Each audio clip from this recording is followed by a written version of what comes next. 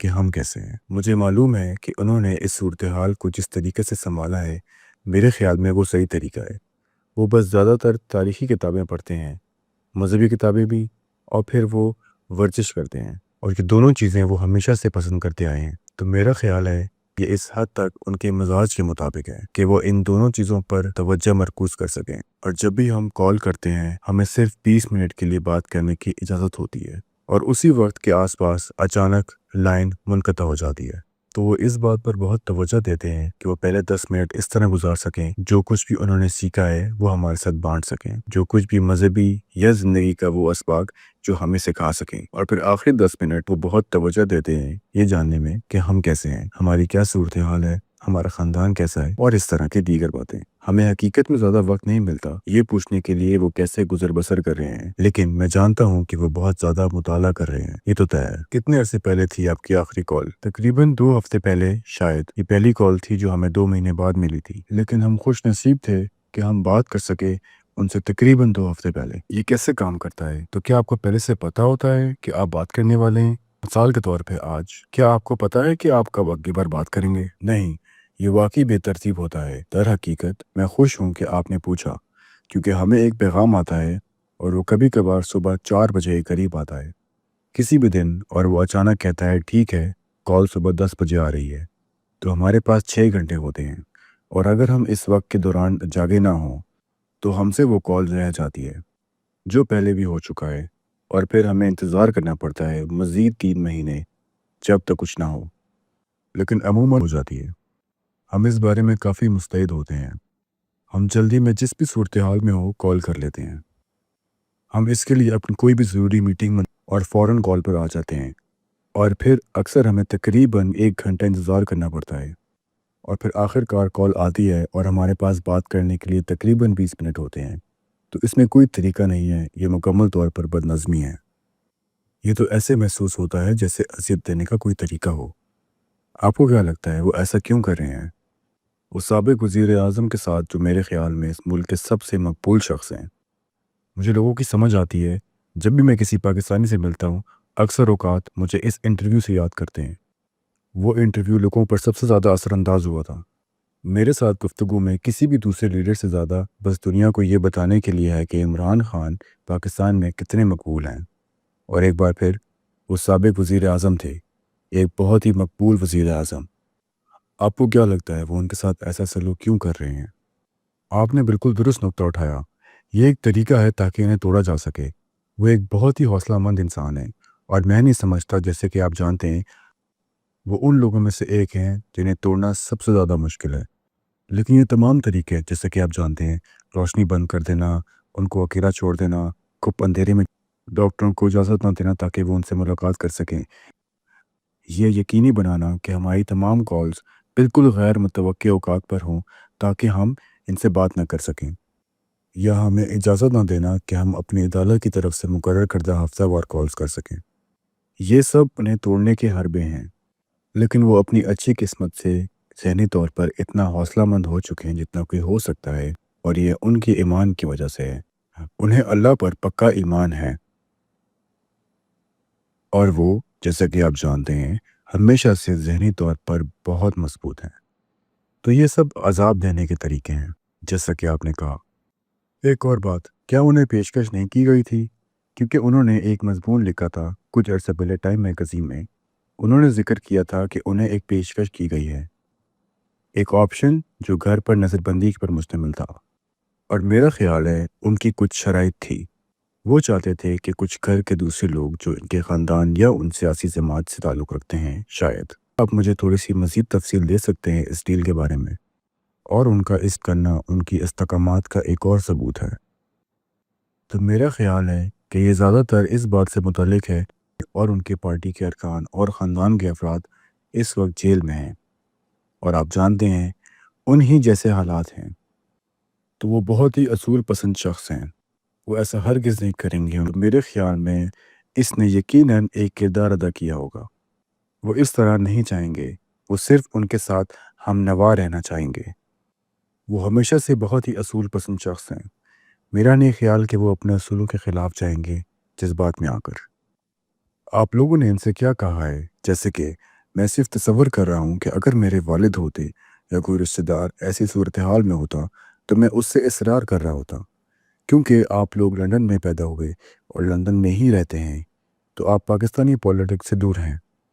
اور اگر میں آپ کی جگہ ہوتا تو میں اپنے والد کو قائل کر رہا ہوتا کہ وہ کچھ بھی کر جیل سے نکلیں، صرف اپنی آزادی دوبارہ حاصل کرنے کے لیے۔ تو کیا آپ لوگوں نے کوشش نہیں کی انہیں قائل کرنے کی، یہ کرنے کے لیے؟ تو اصل میں جب میں چھوٹا تھا مجھے ان کا سیاست میں ہونا ناپسند تھا۔ میں بس بہت زیادہ چاہتا تھا کہ وہ بس کرکٹ پر تبصرہ کریں یا تجزیہ کریں، یا لندن میں ایک آسان زندگی گزاریں سیاست سے باہر۔ لیکن یہ واقعی ان کا ایک جذبہ ہے، اور میرا نہیں خیال کہ وہ مطمئن محسوس کریں گے اگر وہ نہ کریں جو وہ سب کر رہے ہیں۔ مجھے نہیں لگتا کہ وہ خوش ہوں گے اگر وہ صرف زندگی گزار رہے ہوں آرام سے لندن میں۔ ہاں، کیونکہ میرا خیال ہے کہ وہ چاہتے تو جلا وطنی اختیار کر لیتے جو وہ کر سکتے تھے۔ وہ آسانی سے ایک معاہدہ کر سکتے تھے سیاسی نقطہ نظر سے۔ مجھے یقین ہے کچھ مخصوص مطالبات ہوں گے ان کے۔ سب سے آسان یہ ہے، اور یہ میں خود کہہ رہا ہوں ظاہری طور پر، یہ میرا ذاتی رائے ہے، لیکن ان کا بولنا فوج کی حمایت میں مثال کے طور پہ یا پھر مخالف سیاسی جماعت کو، یہ صرف ایک مثال ہے ان کی کئی چیزوں کو جو وہ اپنی آزادی حاصل کرنے کے لیے کر سکتے ہیں۔ لیکن میرا خیال ہے کہ ان کی یہ خلاف ورزی ہی وجہ ہے کہ وہ جیل میں ہیں۔ اور کیا آپ اب بھی، مجھے معلوم ہے کہ آپ نے کہا تھا یہ سوال سلیمان کے بعد آپ سے بھی کیا گیا، لیکن کیا آپ اب بھی انہیں قائل کرنے کی کوشش کرتے ہیں تک چھوڑ دیں، یا آپ نے اب اس کوشش کو چھوڑ دیا ہے؟ نہیں، میرا مطلب میں ذاتی طور پر نہیں کہوں کہ مثال کے طور پہ آپ ان کے بیٹے ہیں اور وہ صرف آپ سے ہی بات کرتے ہیں، تو جب آپ ان کے ساتھ وقت، زیادہ تر وقت کسی نہ کسی انداز میں گزرتا ہے۔ جب ہم چھوٹے تھے ہم ان کے ساتھ کرکٹ کھیلتے تھے، اب فلمیں دیکھنا، جو کچھ بھی ہو۔ آدھا وقت جو گزارا ہے انہوں نے ان کی حکمرانی پر لیکچر دینے میں گزارا ہے یا پاکستان میں۔ وہ وجوہات جن کی وجہ سے انہوں نے سیاست میں قدم رکھا ہم انہیں بہت اچھے سے جانتے ہیں، اور یہ سب ان کے خلاف ہوگا۔ وہ ہر بات جو وہ سکھاتے ہیں، اچانک یہ کہنا کہ میں ہار مان رہا ہوں اور میں ایک آسان زندگی گزارنے جا رہا ہوں، یہ ان کی فطرت میں نہیں ہے۔ ان کا ایک ہی جذبہ ہے کہ وہ کوشش کریں اور پاکستانی عوام کی مدد کریں، اور اس وقت پاکستان شدید بحران کا شکار ہے۔ وہ اس مقصد کے لیے پوری طرح وقف ہیں، اور جیسا کہ آپ جانتے ہیں وہ ہار نہیں مانیں گے، اور وہ ہمیشہ سے یہی چاہتے تھے کہ آپ لوگ سیاست سے دور رہیں۔ کیا یہ درست ہے؟ جی ہاں، میرا یہ خیال ہے۔ دراصل اگر آپ غور کریں، پاکستان کی دو بڑی سیاسی جماعتوں پر ایک روایت قائم ہے جو خاندانی سیاست کی صورت میں ہے، جو کہ غالب ہے دو مختلف خاندانوں پر۔ لہٰذا وہ ہمیشہ سے نہیں چاہتے کہ ان کی سیاسی جماعت اس روایت کی پیروی کرے، اور جی ہاں، لہٰذا میں ذاتی طور پر کبھی نہیں چاہتا کہ وہ پاکستان کی سیاست میں شامل ہوں، اور میرا نہیں خیال کہ وہ یہ چاہتے ہیں کہ ہم بھی سیاست میں آئیں۔ جی ہاں، مجھے علم ہے قاسم، آپ بھی اسی طرح کی پوزیشن میں ہیں، میں شامل نہیں ہونا چاہتے۔ آپ ایک بہت کامیاب کاروباری شخصیت بھی ہیں، تو آپ کے پاس ایک سیاست سے ہٹ کر بھی زندگی ہے، اور اس بات سے کچھ حد تک ظاہر ہوتا ہے کہ شاید آپ کو میرے اگلے سوال کا جواب معلوم ہو کہ آپ یہ انٹرویو اب کیوں اور اس وقت کیوں دے رہے ہیں۔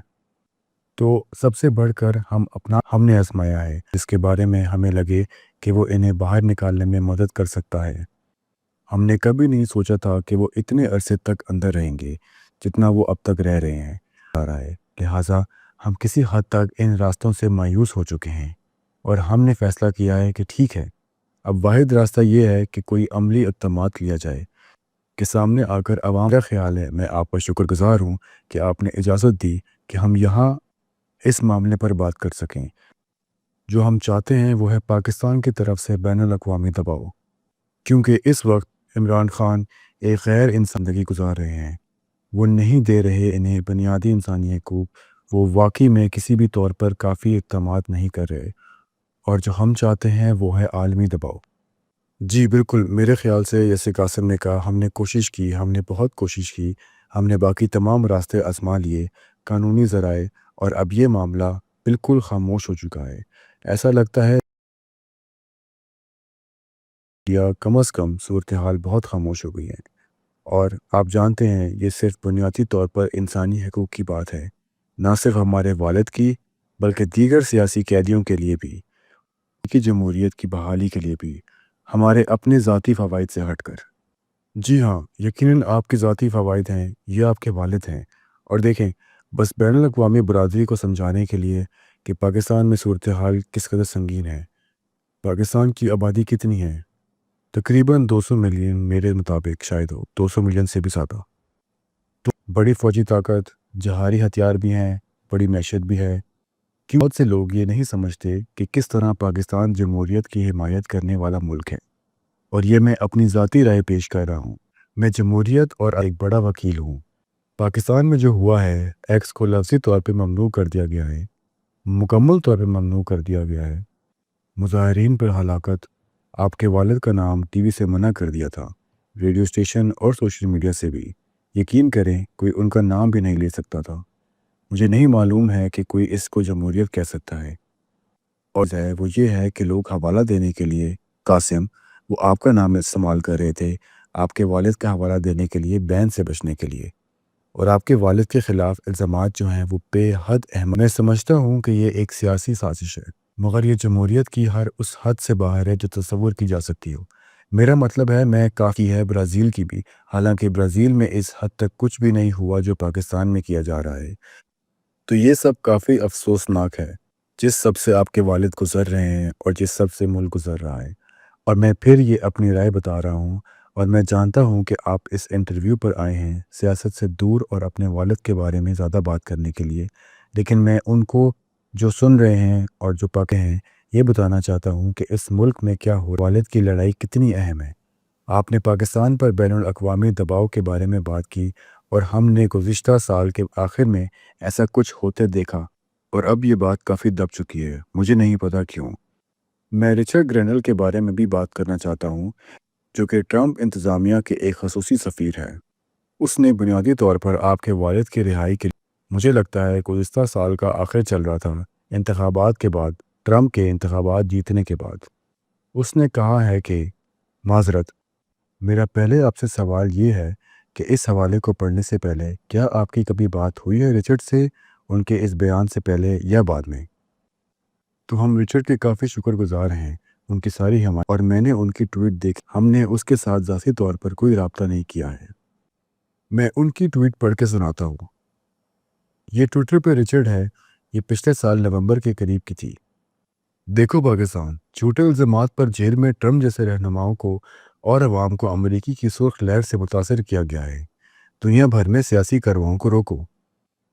سب سے پہلے وہ کہتا ہے، اور میں نے کیا کہ لوگوں کو عمران خان کی شخصیت کے متعلق کروں۔ میں نے ان کا صدر ٹرمپ کے ساتھ بھی بہت موازنہ کیا، وہ ایک ہی طرح کے سیاسی ہدف سے گزرے ہیں۔ ٹرمپ نے فتح حاصل کی اور اب وہ صدر ہے، لیکن میں ہے۔ اس ٹویٹ میں رچرڈ کی خصوصیت پر آپ کا کیا خیال ہے؟ مجھے یقیناً یہ لگتا ہے کہ قانون سازی میں اور جس طرح نشانہ بنائے گئے دونوں ایک ہی ہیں۔ جی ہاں، میں سمجھتا ہوں، میں یہ ٹھیک سمجھتا ہوں۔ اس کے بارے میں جو وہ کہتا ہے کہ انہیں جھوٹے الزامات کہتے ہیں، اور یہ بھی کہتے ہیں کہ لوگوں کو اس سے متاثر کیا گیا ہے، امریکی سرخ لہر سے، اور وہ اسے سیاسی کارروائی کہتے ہیں، جس کا آپ نے پہلے بھی ذکر کیا ہے۔ کیا آپ کہیں گے کہ یہ رچرڈ کی طرف سے ایک صحیح خصوصیات ہے؟ اور اس کے علاوہ ٹرمپ انتظامیہ میں دوسروں کے لیے آپ کا کیا پیغام ہوگا؟ ٹرمپ اور ایلان کو بھی شامل کر کے وہ ان کی مدد کے لیے کیا، اگر کوئی چیز آپ کے والد کی مدد کرنے کے لیے؟ تو مجھے لگتا ہے کہ یقینی طور پر یہ ایک منصفانہ خصوصیت ہے جب پاکستانی سیاست کی بات آتی ہے۔ 100% وہ غلط الزامات ہیں، بڑھائے ہوئے الزامات، جو کوئی بھی تھوڑا سا دیکھے گا اس کو بھی دکھ جائے گا۔ ایک پیغام یہ ہے کہ ٹرمپ انتظامیہ کے لیے، اور ہم کسی بھی حکومت سے مطالبہ کریں گے جو آزاد اظہاری اور مناسب جمہوریت کی حمایت کرتی ہے، کہ وہ ہمارے والد کی آزادی کی دعوت میں، اور خاص طور پر دنیا کے سب سے طاقتور رہنما بھی۔ میرا مطلب ہے، جی ہاں، میں مکمل طور پر اتفاق کرتا ہوں۔ ہم صرف یہ چاہتے ہیں کہ بین الاقوامی برادری سے کیا ہو رہا ہے اور امید کی کارروائی کریں۔ ٹرمپ سے بہتر کون ہے اس کے لیے؟ تو ہم ٹرمپ سے بات کرنا پسند کریں گے، یا کوئی ایسا طریقہ تلاش کرنے کی کوشش کریں گے جہاں وہ کسی طرح مدد کر سکیں، کیونکہ دن کے آخر میں والد کو آزاد کروانے کی کوشش کر رہے ہیں پاکستان میں جمہوریت، اور صرف ان کی بنیادی نہیں بنائی۔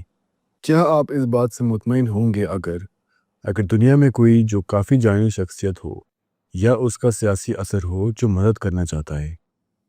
اور یہ سوال میں نے ابھی کیا آپ چاہتے ہیں کہ وہ صرف اس بارے میں عوامی سطح پر بات کریں، یا آپ چاہیں گے کہ وہ آپ سے ملیں؟ آپ کیا مشورہ دیں گے؟ ان لوگوں کو کیا کہیں گے؟ دونوں۔ مجھے لگتا ہے کہ اس کے طور پر بات کریں کھل کے۔ مجھے لگتا ہے یہ بہت اچھا ہوگا، صرف تھوڑا سا شور پیدا کرنے کے لیے، کیونکہ یقینی طور پر حال میں ہی تھوڑا سا خاموش پڑ گیا ہے، اور یقیناً اگر وہ تھوڑا سا بھی کر سکے ہمیں اچھا لگے گا، اور وہ ہمارے پاس آئیں اس صورتحال میں مدد کرنے کے لیے، یا کوئی بھی طریقہ ہو۔ میں آپ کے والد کا ایک اقتباس پڑھنا چاہتا ہوں۔ جو بات ہم نے پہلے کی تھی اس پر واپس آتے ہیں، کیونکہ یہ صرف آپ کے والد نہیں تھے جن کو نشانہ بنایا گیا تھا، ان کی حالیہ بیوی بھی جیل میں ہیں، خاندان کے دوسرے ممبران اور ان کے سیاسی مختلف طریقوں سے نشانہ بنایا گیا ہے۔ مجھے یاد ہے کہ جب میں نے آپ کے والد کا انٹرویو کیا تھا، ان کی پارٹی میں بہت سے لوگ بھاگنے کی کوشش کر رہے تھے یا دوسرے ممالک میں خاندان کے ممبران کے بارے میں پریشان تھے۔ میں نے ان سے بہت سے لوگوں سے نجی طور پر بات بھی کی ہے۔ ٹائم میگزین میں سے آپ کے والد کے اسی مضمون سے ایک بار پھر ایک اقتباس پڑھوں گے۔ ہمارے سوشل میڈیا رضاکاروں، ڈائسپورا اور کارکن کے حامی ان کے خاندانوں کو اختلاف پر کی کوشش میں ان کو ہراساں اور اغوا کیا جا رہا ہے۔ آپ لوگوں نے یہ دیکھا ہے کہ یہ سچ ہے؟ کیا آپ کے والد کی حمایت کرنے والوں کو تھا؟ جی ہاں، مجھے لگتا ہے کہ یہ کافی بڑے پیمانے پر رپورٹ کیا گیا ہے کہ صحافیوں، حامیوں اور پارٹی کے ممبران جنہیں اغوا کیا گیا ہے، لاپتہ کیا گیا ہے۔ ایسے اطلاعات بھی آئی ہے کہ لوگوں کو تشدد کا نشانہ بھی بنایا گیا ہے۔ میرے خیال میں یہ بات خاص حد تک درست ہے۔ کیا یہ بات آپ دونوں کو فکر میں ڈالتی ہے؟ جی بولیں قاسم۔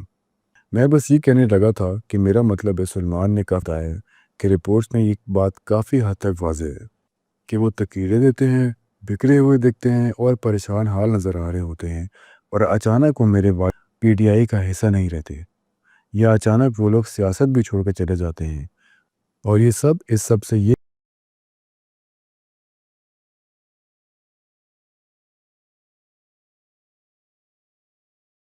حد تک صاف ظاہر ہے۔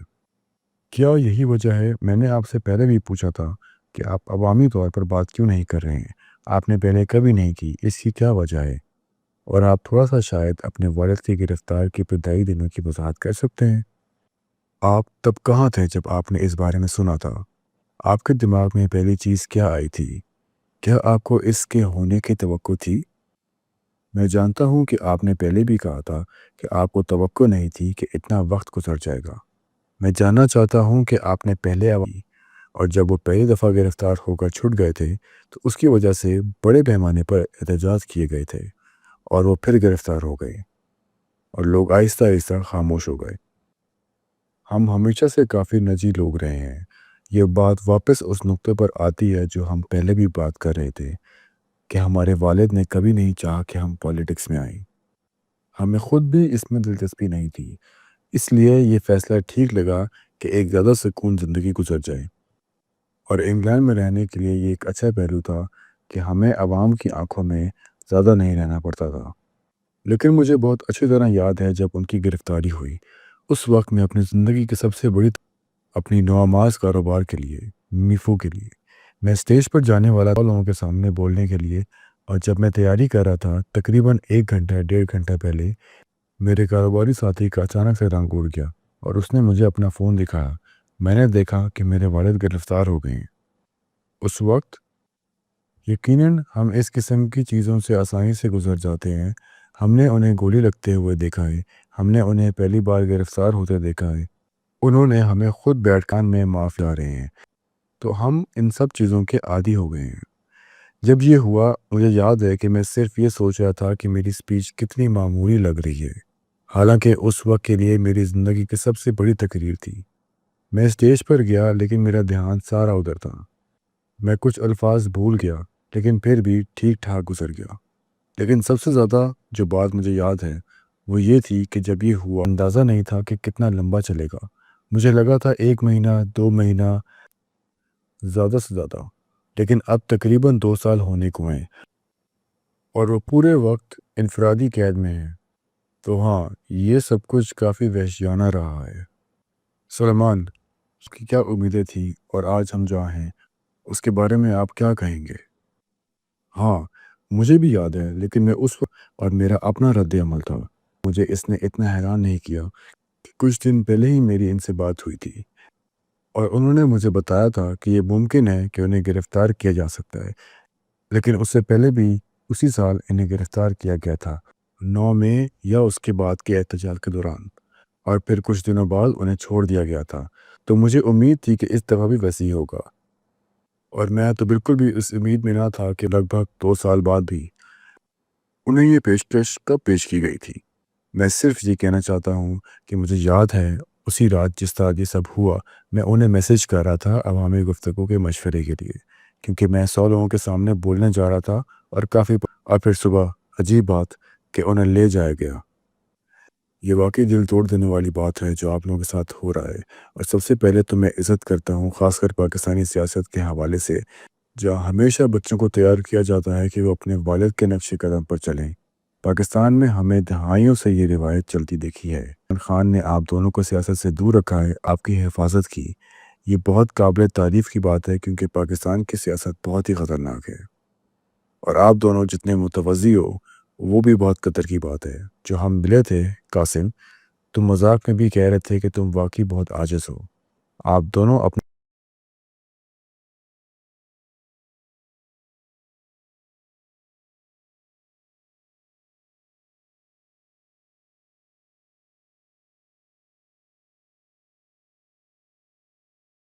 میں آواز اٹھا رہے ہو، جبکہ پتہ ہے کہ پاکستانی فوج اور حکومت کس حد تک ظالم ہو سکتی ہے، اور ان لوگوں کے خلاف جو عمران خان کے حق میں بولتے ہیں۔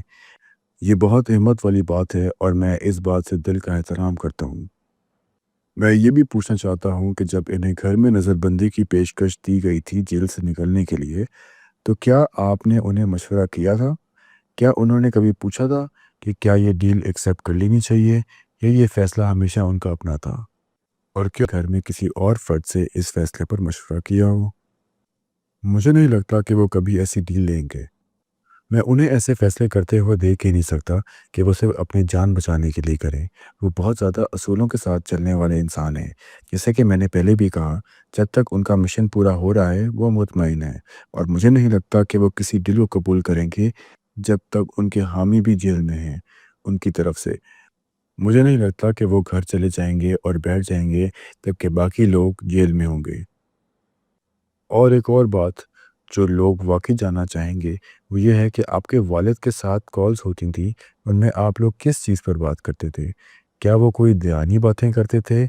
خاص کر اب جب وہ جیل میں کافی کچھ پڑھ رہے ہیں اور نئی چیزیں سیکھ رہے ہیں، کیا آپ ہم سے کچھ واضح کر سکتے ہیں؟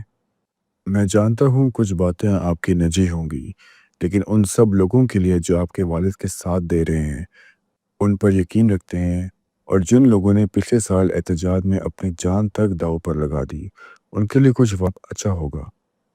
یہ باتیں کیسی ہوتی ہیں؟ کچھ ایسے پیغامات جو آپ کے والد چاہتے ہیں یہاں تک پہنچیں آپ کے نجی گفتگو کے علاوہ؟ تو ایک چیز یہ ہے کہ ہاں، وہ بہت سی باتیں نجی ہوتی ہیں اور زیادہ تر گھر کے متعلق ہوتی ہیں، لیکن کبھی کبھی ہلکے پھلکے انداز میں وہ بات کرتے ہیں۔ حال ہی میں ایک بار وہ ہنس رہے تھے کہ ان کے مخالفین کتنے مایوس ہو گئے ہیں، صرف ان پر تشدد کرنے کے لیے وہ ہنس کر کہہ رہے تھے کہ اب تو میرا ویسے بھی باہر کی دنیا سے رابطہ نہیں ہے۔ جب کبھی انہیں اپنے لائر سے ملنے دیا جاتا تھا تو ان سے کہتے تھے تو بتاؤ دنیا میں کیا ہو رہا ہے، جیسے ایک ہلکا پھلکا مذاق ہو۔ وہ بہت اچھی طرح سمجھ گئے ہیں کہ لوگ کتنے مایوس ہو گئے ہیں، اور سینسرشپ کا لیول بھی بہت عجیب ہے۔ اگر آپ کو پتہ ہے ورلڈ کپ کے سلسلے میں 1992 کے ورلڈ جس میں وہ پاکستان کے کپتان تھے نے جیت حاصل کی تھی، ان کی تصویروں کو ہر جگہ بلر کر دیا گیا تھا اور کراپ کر دیا گیا تھا۔ سوچو، ورلڈ کپ جیتنے والے کپتان کے ساتھ ایسا سلوک، کتنی چھوٹی سوچ ہے۔ تو ہنس رہے تھے، جو ایک چھوٹی سی لیکن دلچسپ سی بات ہے۔ صبر، انہوں نے ان کی تصویر کراپ کر دی تھی۔ میں آپ کو بعد میں بولنے کا موقع دوں گا، لیکن مجھے اس بات کا نہیں پتا تھا۔ یہ تو کچھ زیادہ ہی کارٹون جیسا لگ رہا ہے۔ تو اصل میں ان تصویروں میں جو کرکٹ ورلڈ کپ سے متعلق تھی، جہاں وہ کپتان تھے، ان میں ان کی تصویروں کو کراپ کر دیا گیا ہے۔ میں عمران خان کو تب سے جانتا ہوں جب سے وہ پرائم منسٹر نہیں تھے۔ جیسے ہوں ایک بڑا دیہی علاقوں والا ملک۔ میں عمران خان کو کرکٹ اسٹار کے طور پر کافی اچھی طرح سے جانتا ہوں۔ تیروں میں ہوتے ہیں ہر پوز میں، لیکن اب انہیں اس میں سے بھی ہٹا دیا گیا ہے۔ ہاں، یہ لوگ سینسرشپ میں نہ تو کوئی حکمت عملی دکھاتے ہیں اور نہ ہی کوئی شرافت۔ بس اب سب کچھ کھلی آنکھوں کے سامنے ہو رہا ہے۔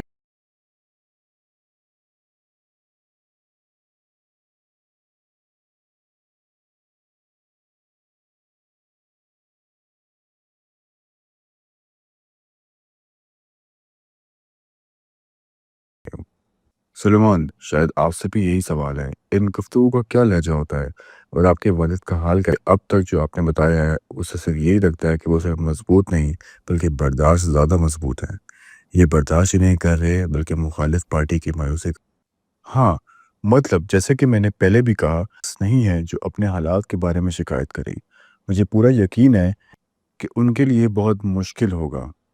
جیسا ان کی کوٹری اتنی چھوٹی ہے اور 10 دن کے لیے رکھا گیا ان کو اندھیرے، یہ ایک بے رحم عزل کا طریقہ ہے، بہیمانہ تشدد کا طریقہ بھی ہے۔ ان کو کسی سے رابطہ کرنے کی اجازت نہیں ہے اور آپ کی فون کالز بھی 20 منٹ کے بعد کاٹ دی جاتی ہیں۔ یہ ایک شرمناک سلوک ہے جو ان کے ساتھ کیا جا رہا ہے۔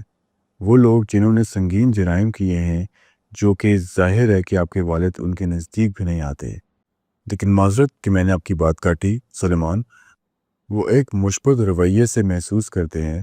میرا خیال ہے کہ وہ واقعی محسوس کرتے ہیں کہ وہ پہلے تقریباً 2 سالوں سے وہاں ہیں۔ انہوں نے زیادہ سیکھا ہے اور حکمت عملی کے لحاظ سے بھی۔ آپ جانتے ہیں انہوں نے واقعی ایک اچھا لائے عمل تیار کیا ہے کہ وہ مستقبل میں کیا کرنا چاہتے ہیں۔ یہ خیال ہے کہ وہ ہمیشہ پر امید رہتے ہیں اور وہ اسے ایک بہترین سیکھنے کا موقع سمجھتے ہیں، جسے کہ آپ جانتے ہیں اگرچہ ظاہر ہے کہ یہ اصل میں کتنا مشکل ہے۔ جی ہاں، میں یہ کہنا چاہتا ہوں کہ وہ ہمیشہ سے بہت مطالعہ کرنے والے ہیں، لیکن اب ان کے پاس اتنا وقت ہے کہ وہ تاریخی شخصیت کے بارے میں پڑھ سکیں، گزشتہ قائدین کے بھی بارے میں اور ایمان کے بارے میں بھی، اور ان کا ماننا ہے کہ وہ پچھلے 2 سالوں میں پچھلے 20 سالوں سے زیادہ ترقی کر چکے ہیں، اور انہوں نے بالکل یہ الفاظ کہے ہیں کہ اس کے ساتھ ساتھ وہ ذہنی طور پر کتنے ترقی یافتہ ہوئے ہیں، اور وہ کہتے ہیں کہ روحانی طور پر بھی۔ جیسا کہ آپ جانتے ہیں کہ وہ یہ حکمت عملی بنا رہے ہیں کہ رہائی کے بعد پاکستان کے لیے کیا کر سکتے ہیں، تو ہاں، وہ ان چند لوگوں میں سے سب کے بعد بھی باہر امید کے ساتھ زیادہ مضبوط بن کر نکلیں گے۔ کیا آپ کو لگتا ہے کہ وہ واقعی باہر آئیں گے؟ میرا مطلب ہے یقیناً میں یہی، مگر ہم یہاں کیوں ہیں؟ اس کی وجہ یہ ہے کہ آپ جانتے ہیں ہمیں لگتا ہے کہ ہمارے پاس کے راستے محدود ہوتے جا رہے ہیں، اور جو چیز ہمیں سب سے زیادہ پریشان کر رہی ہے وہ یہ ہے کہ پاکستان پر خود دباؤ تھا، خبروں کا زور۔ آپ جانتے ہیں یہ سب حال میں ہی کافی حد تک ختم ہو گیا، یہ مدھم پڑ گیا ہے۔ تو ہم یہاں اس لیے ہیں کیونکہ ہم واقعی پریشان ہو رہے ہیں، فطری طور پر اس وقت بہت پریشان ہیں، یہاں تک کہ ان پر ایسے مقدمات قائم کرنے کی دھمکیاں دی گئی ہیں جس میں سزائے موت آپ جانتے ہیں اس لیے کر رہے ہیں۔ وجہ یہ ہے کیونکہ حالات جا رہے ہیں، لیکن جی ہاں، ہم امید کرتے ہیں۔ جی، ہم صرف پر امید رہ سکتے ہیں۔ کیا وہ جانتے ہیں کہ آپ یہ انٹرویو کر رہے ہیں؟ جی ہاں، ہم نے ان سے پوچھا تھا۔ یہ وہ چیز ہے جس کے پیچھے وہ شاید نہ ہوں، اور یہ ہمیں بہت پریشان کر رہی تھی۔ وہ ہمیشہ چاہتے ہیں کہ ہم نجی زندگی گزاریں اور سیاست اور دنیا سے دور رہیں، لیکن ہم نے ان سے پوچھا، ایک کال پر پوچھا، اور ہم نے کہا کہ آپ کو کیا لگتا ہے کہ یہ ٹھیک ہوگا؟ ہم یہ کرنا چاہتے ہیں، ہم دیکھنا چاہتے ہیں کہ کیا ہم کچھ مدد کر سکتے ہیں، اور انہوں نے کہا کر لو۔ عمران خان سیاست سے باہر کیسے ہیں؟ ایک انسان کے طور پر وہ کیسے ہیں، اور ان کی وہ کون سی پہچان ہے کہ دنیا نہیں دیکھ پاتی ہے؟ وہ ایک بہت ہی والد ہیں اس طریقے سے، آپ جانتے ہیں، ایک عجیب سے انداز میں، یعنی انہوں نے اپنی زندگی سیاست اور پاکستانی عوام کے لیے وقف کر دی ہے۔ اس طریقے سے ان کے ذہن میں لاکھوں بچے مجھے لگتا ہے کہ ہوں گے، لیکن انہیں جب بھی موقع ملتا ہے، انگلینڈ آتے تھے، ہم پاکستان جاتے تھے، تو وہ کسی طرح 2 ہفتے صرف ہمارے ساتھ گزارنے کے لیے نکال لیتے تھے، جو کہ ایک بہت مشکل کام ہے کسی اتنے مصروف آدمی کے لیے۔ احساس نہیں ہے کہ وہ آدھے سے زیادہ کافی کہہ لیں مزاحیہ انسان بھی ہیں، لیکن آج کل ہم انہیں کافی عرصے سے نہیں دیکھ پائے ہیں۔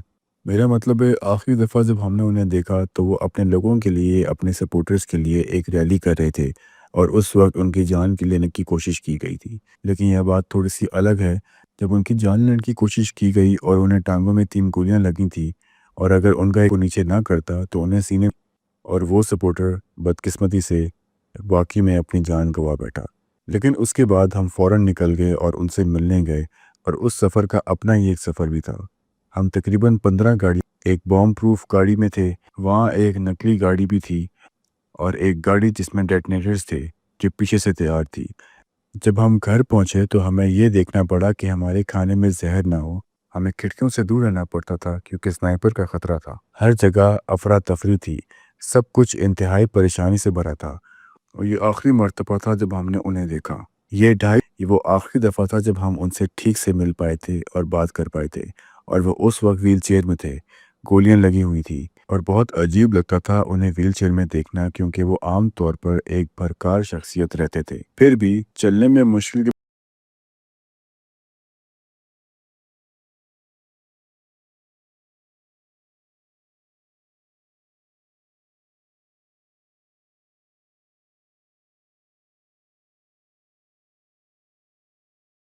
برقرار تھا۔ یہ آخری دفعہ تھا جب ہم نے انہیں حالی وقت میں دیکھا۔ اس سے پہلے بھی ہم ان سے زیادہ مگر ہمارے ہو سکتا تھا ہمیں دیکھنے کے لیے وقت نکالتے تھے۔ انہیں سال میں 7 یا 8 بھی مدتوں کے لیے وہ ایک نہایت وفادار واقعی نہیں لگتا کہ لوگ یہ واقعی سمجھتے ہیں۔ آپ کھڑکیوں سے دور رہ رہے تھے کیونکہ سنائپر کا خطرہ تھا۔ لوگ یہ چیک کر رہے تھے کہ کہیں آپ کے کھانے میں زہر تو نہیں۔ وہ یہ چیک کر، او خدایا، یہ تو پاگل پن ہے، کیا زندگی ہے۔ دیکھنا پڑتا تھا کہ کھانا کہاں سے آیا ہے، بس اصل میں یہ سب سے ضروری ہوتا تھا۔ اور جب ہم وہاں گئے تو ہمارے سب رشتہ دار کمپاؤنڈ میں آئے تھے۔ میں ان کے ساتھ کرکٹ کھیلنا چاہتا تھا اور ایسی چیزیں، لیکن ہمیں گارڈن میں باہر نکلنے کی اجازت بھی نہیں تھی۔ حالانکہ آس پاس اونچی دیواریں تھیں، لیکن ان کا کہنا تھا کہ آس پاس بہت اونچی عمارتیں ہیں، اس کے نہیں ہیں، اور آپ کو دیکھنا چاہیے تھا۔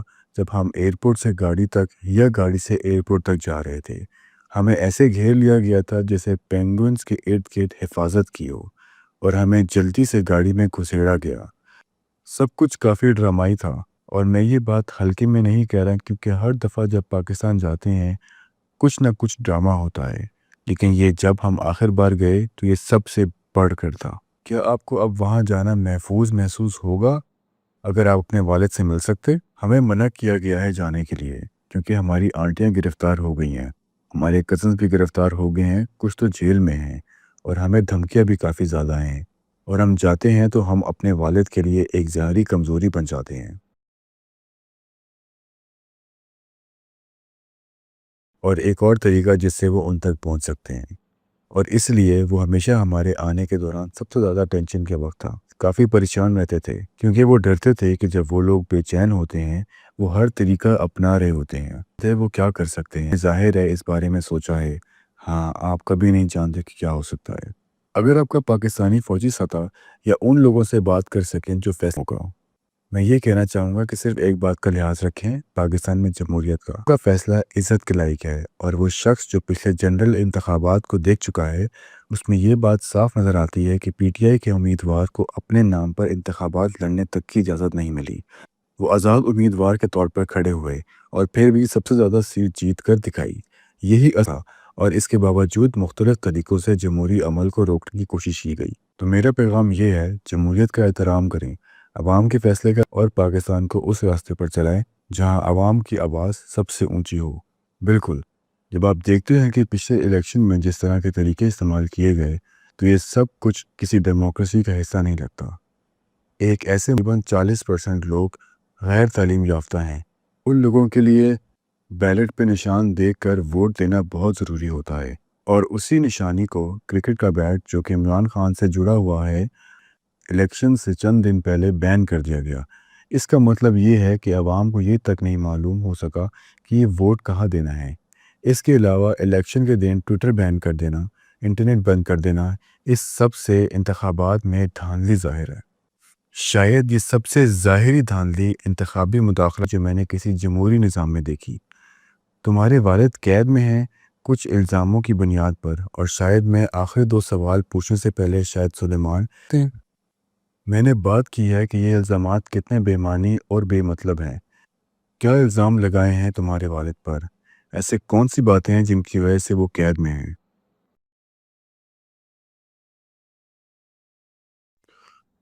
تو یہ سب کچھ بالکل ہی بےمانی ہے، عجیب سی باتوں سے لے کر جیسے کہ انوکھے پھل بیچنے تک، اور پھر بدعنوانی کے الزامات لگانا۔ یہ سب ہے جو میرے والد کو نہیں جانتے۔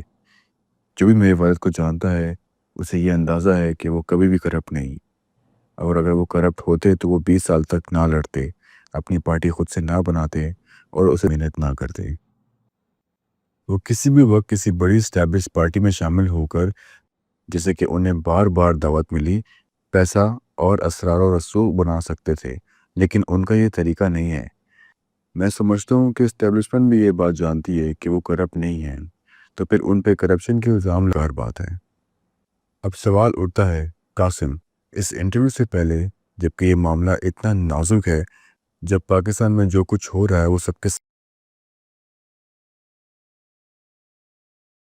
دونوں نے کبھی بھی پبلک میں بات نہیں کی، تو آپ کی فیملی کا کیا رد عمل تھا؟ یہ فیملی جسے 2 سال سے زیادہ عرصے سے نشانہ بنایا گیا ہے، ان کا کیا کہنا تھا ان سب پر؟ کچھ لوگ اس فیصلے کے پیچھے پوری طرح کھڑے تھے، لیکن کچھ کا رد عمل ملا جلا تھا۔ یہ اس بات پر انحصار کرتا ہے کہ آپ کس سے پوچھ رہے ہیں۔ آخر میں ہم نے انہیں یہ بات سمجھا دی کہ اگر اس کام میں تھوڑا سا بھی فرق اگر کسی طریقے سے ہم ان کی رہائی میں مدد کر سکیں، وہ انٹرنیشنل کمیونٹی سے گزارش کرنا ہو یا ٹرمپ جیسے کسی شخص سے بات کرنا ہو، تو یہ کوشش کرنا ضروری ہے۔ اگر تھوڑا سا بھی فرق پڑتا ہے تو یہ سب کچھ کرنا بہت قابل ہے۔ تو ہم خیرہ عوام میں دکھانے کے لیے تیار ہیں اس مقصد کے لیے۔ میرا آخری سوال آپ لوگوں سے یہ ہے، اگر یہ انٹرویو ان کے ساتھ ہو رہا ہوتا، اگر کسی طرح ہم ایک کیمرہ چھپ کر جیل میں لے کر لائیو ریکارڈ کر لیا ہوتا، تو وہ کیا کہتے؟ ان کا پیغام کیا ہوتا، خاص کر پاکستان کے لوگوں کے لیے اور باقی دنیا کے لیے؟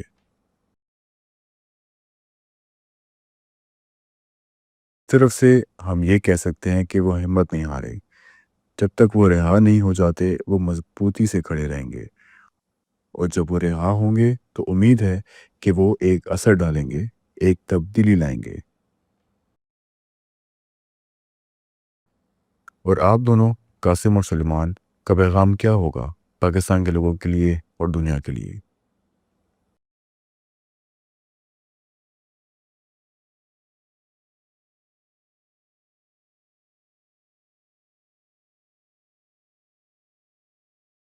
ہونا، وہ خود امید نہیں ہارے، انہوں نے ہار نہیں مانی، وہ جیل میں صرف بیٹھ کر وقت نہیں گزارے، وہ مستقبل کے بارے میں سوچ رہے ہیں، اور انہیں یقین ہے کہ تبدیلی آئے گی۔ تو امید بنائے رکھیں اور اس ناانصافی کے خلاف آواز اٹھاتے رہیں۔ اور جو لوگ دنیا بھر میں ہیں ان کے لیے ضروری ہے کہ آپ کچھ فرق ڈال سکتے ہیں تو ضرور کچھ کریں۔ ایک ایسے شخص کو تنہائی قید میں رکھا گیا ہے جو پاکستان کا لیڈر ہونا چاہیے، اسے بنیادی انسانی حقوق سے محروم کیا گیا ہے، اس پر کچھ وقت میں تشدد بھی کیا گیا ہے۔ اگر آپ انسانی حقوق کے حامی ہیں تو یہ مسئلہ آپ کے لسٹ میں سب سے اوپر ہونا چاہیے۔ کیا کوئی ایسی بات ہے جو مجھ سے رہ گئی ہو، جو وہ اس وقت جھیل رہے ہیں؟ کیونکہ مجھے لگتا ہے کہ دنیا کو یہ بتانا ضروری ہے۔ وہ مجھ سے ناراض ہوں گے یہ کہنے پر، لیکن وہ ایک ایسے شخص ہیں جو اپنے 70 سال میں شاید جسمانی طور وہ کافی فٹ ہیں، لیکن جب آپ سوچتے ہیں کہ 70 سال کا آدمی چھوٹی سی کوٹری میں بند ہے اور کبھی کبھی بالکل اندھیرے میں رہتا ہے، بجلی بند کر دی جاتی ہے، ڈاکٹر تک دستیاب نہیں ہے، اور وہ کچھ عرصے پہلے 3 گولیاں بھی کھا چکے ہیں، تو یہ تمام صورتحال بالکل غیر انسانی ہے۔